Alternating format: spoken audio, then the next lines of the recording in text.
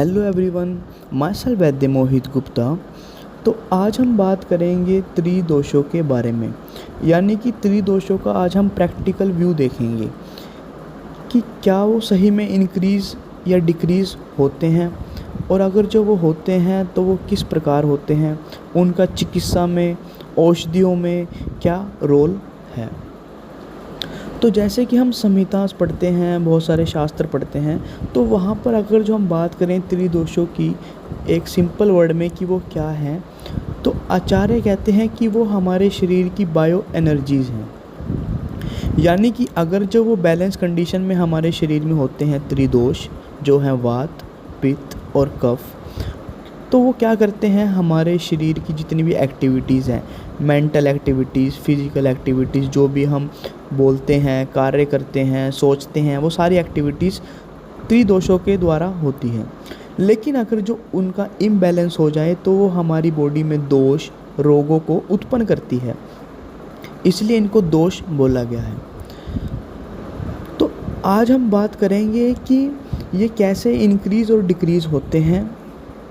तो जैसे कि आचार्यों ने कहा है कि ये हमारे शरीर की एनर्जी है, बायो एनर्जी।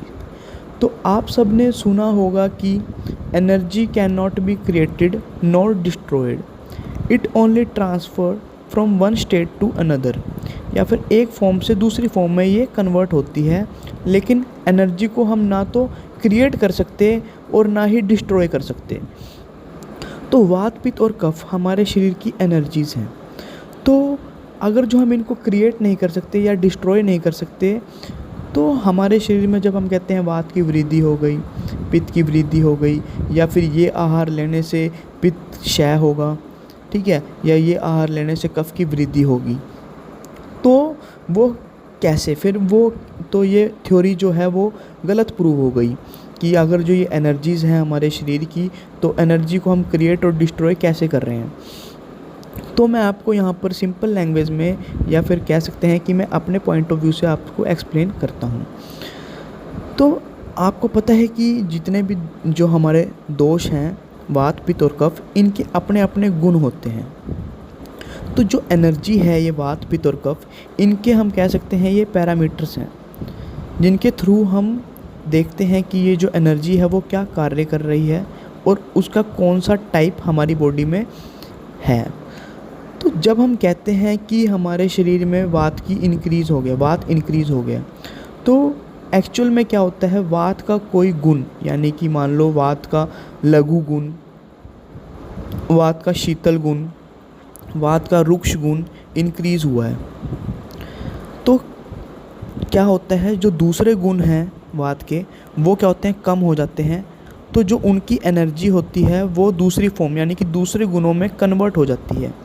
ये टॉपिक थोड़ा कॉम्प्लेक्स है, लेकिन मैं कोशिश करूँगा कि इसको थोड़ा और ज़्यादा सिंपल बना सकूँ।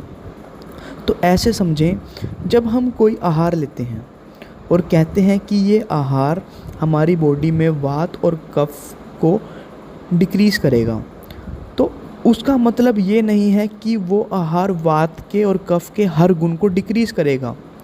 वो क्या करेगा, वात के कुछ गुणों को डिक्रीज़ करेगा और कुछ को इंक्रीज़ कर देगा।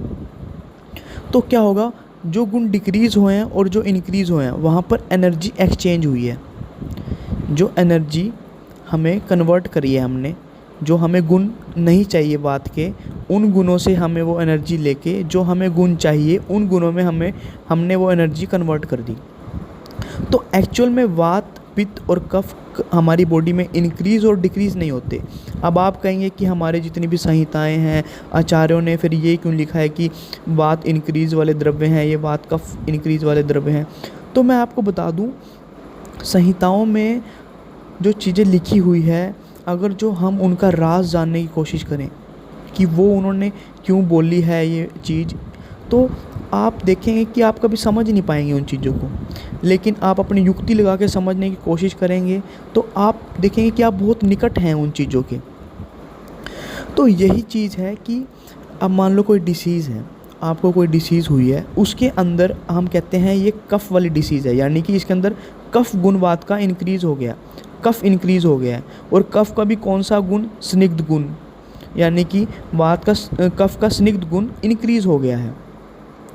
तो यहाँ पर स्निग्ध गुण इंक्रीज़ हुआ है तो दूसरे गुण क्या हुए हैं, डिक्रीज़ हुए हैं कफ के। तो जो डिक्रीज़ हुए हैं उनकी एनर्जी किस में चली गई, जो इंक्रीज़ हुआ है गुण। तो कफ ना तो इंक्रीज़ हुआ ना डिक्रीज़ हुआ, उसके सिर्फ जो गुण थे वो बदल गए, उनका इम्बैलेंस हुआ है।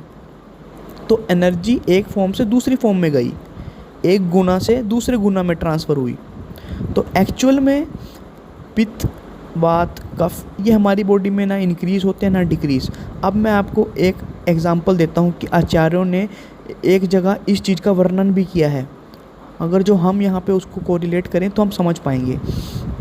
आपको पता है कि आचार्यों ने जब प्रकृति के बारे में बताया था तो ये बताया था कि हम मनुष्यों की प्रकृति को बदल नहीं सकते। जो वो प्रकृति के साथ बने हैं, बर्थ हुआ है उनका, वो उनकी प्रकृति वही रहती है, वो बदलती नहीं है। अब प्रकृति है क्या, वात, पित्त और कफ, इनका संयोग ही तो है। तो प्रकृति नहीं बदलती, इसका मतलब है वात, पित्त, कफ कभी भी हमारी बॉडी में इंक्रीज़ या डिक्रीज़ नहीं होते। सिर्फ उनके जो गुण हैं, जब हम आहार लेते हैं ऐसे या ऐसी एक्टिविटीज़ करते हैं तो उनके गुणों के अंदर इम्बैलेंस होता है, उनके गुणों के अंदर एनर्जी एक्सचेंज होती है। एक गुण इंक्रीज़ हुआ है तो एक डिक्रीज़ हुआ है, तो वो एनर्जी डिक्रीज़ वाले से इंक्रीज़ वाले में ट्रांसफ़र हुई। तो यहाँ पर कितना अच्छा एक रिलेट हुआ प्रकृति से कि हमारे शरीर में त्रिदोष एनर्जी हैं और energy can not be created और कैन नॉट बी डिस्ट्रॉयड। ये किसने बोला, ये जो बोली है बात कि एनर्जी डिस्ट्रॉय और क्रिएट नहीं हो सकती। तो यहाँ पर देखो हम कितना अच्छा इसको यूज़ कर सकते हैं, क्योंकि जो थ्योरीज़ होती है, जो रूल्स बन जाते हैं वो हर चीज़ के लिए फॉलो होते हैं, चाहे फिर वो कहीं पे भी हो।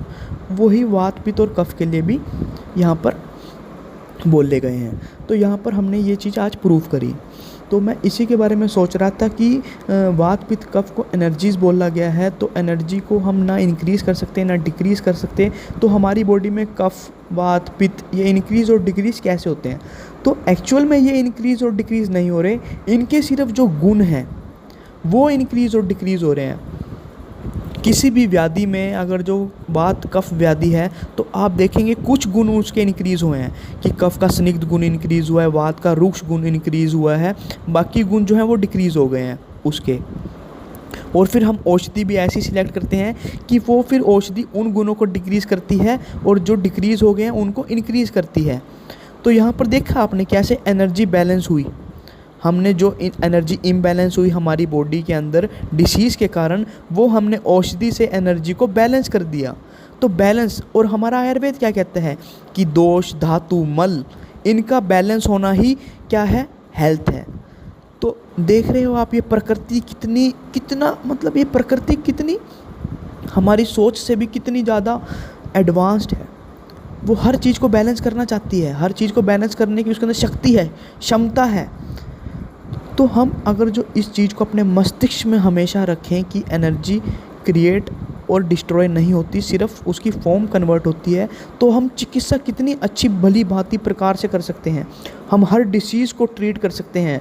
जो हम कहते हैं कि कैंसर का इलाज नहीं है, एड्स का इलाज नहीं है, ये बहुत सारी व्याधि हैं उनका इलाज नहीं है, तो हर चीज़ का ट्रीटमेंट है, हर चीज़ का इलाज है। हमें सिर्फ देखना है कि हम उसको कैसे बैलेंस करें, जो एनर्जी इम्बैलेंस हुई है, जो गुण इंक्रीज़ हुए हैं उनको कैसे डिक्रीज़ करें और जो डिक्रीज़ हुए हैं उनको कैसे इंक्रीज़ करें, यानी कि एनर्जी को दोबारा कैसे बैलेंस स्टेट में लेके आएँ। तो ये मेरे कुछ विचार थे। तो आप भी अपने कुछ विचार हैं वो प्रकट करें, या फिर आपकी कोई भी डाउट, कोई भी इंक्वायरी है तो आप ज़रूर बताएं। Thank you. My self Vaidya Mohit Gupta.